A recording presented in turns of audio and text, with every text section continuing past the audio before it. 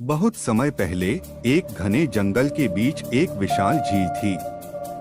यह झील शांत और रहस्यमयी थी और उसके बीचों बीच एक छोटा सा घर बना हुआ था। ये कोई साधारण घर नहीं था। लोग कहते थे कि वो घर जादुई है, क्योंकि वो झील के पानी पर तैरता रहता था और कोई नहीं जानता था कि उसे किसने और कैसे बनाया। गांव के बच्चे उस घर की कहानियां सुनकर बड़े हुए थे, लेकिन किसी ने उसे करीब से देखने की हिम्मत नहीं की। उस घर का दरवाजा हमेशा बंद रहता था और उसकी खिड़कियों से हल्की नीली रोशनी झांकती रहती थी। गांव के लोग मानते थे कि उस घर में एक जादूगर रहता है जो वहां के पेड़ पौधों और जानवरों की रक्षा करता है। कुछ लोग कहते थे कि वह घर एक आत्मा का निवास है जो दिन रात झील की रक्षा करती है। एक दिन गांव का एक लड़का, जिसका नाम अर्जुन था, उस रहस्यमय घर के बारे में जानने की ठान ली। उसने सुना था कि वो घर सिर्फ खास लोगों को ही अपना रास्ता दिखाता है। अर्जुन बहुत साहसी और जिज्ञासु था, इसलिए उसने रात को घर से निकलकर झील के किनारे पहुंचने का फैसला किया। रात का समय था और चारों ओर सन्नाटा छाया हुआ था।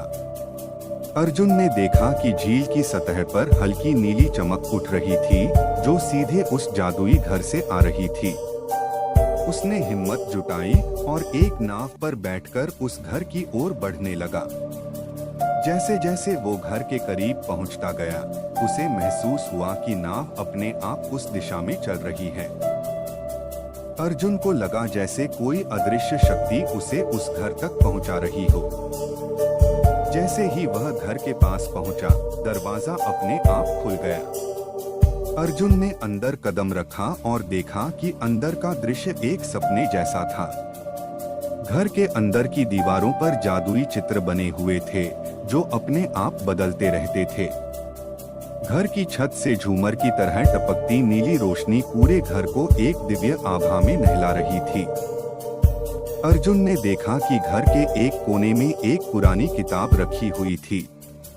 उस किताब पर एक भाषा में लिखा था जिसे अर्जुन समझ नहीं पा रहा था। लेकिन जैसे ही उसने किताब को छुआ, किताब के पन्ने खुद ब खुद पलटने लगे और किताब में से एक मधुर आवाज आई, अर्जुन, तुम यहाँ क्यों आए हो? अर्जुन थोड़ा घबराया, लेकिन उसने हिम्मत करके कहा, मैं बस ये जानना चाहता था कि इस घर में कौन रहता है और यहाँ क्या रहस्य छुपा हुआ है।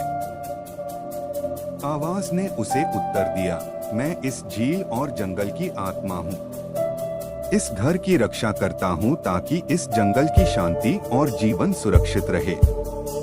लेकिन अब चूंकि तुमने यहाँ तक पहुँचने का साहस दिखाया है, मैं तुम्हें एक वरदान दूंगा। तुम्हारी हर इच्छा पूरी होगी, लेकिन इसके लिए तुम्हें हमेशा इस झील और जंगल की रक्षा करनी होगी। अर्जुन ने सिर झुका लिया और स्वीकार किया।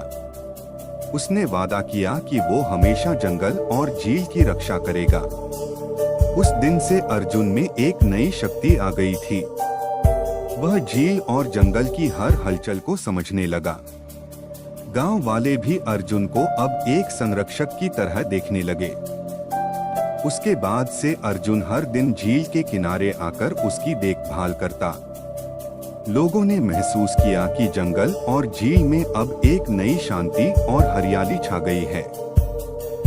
लोग उसे झील का संरक्षक कहने लगे। समय के साथ वह घर धीरे धीरे झील में समा गया, मानो उसका काम पूरा हो गया हो।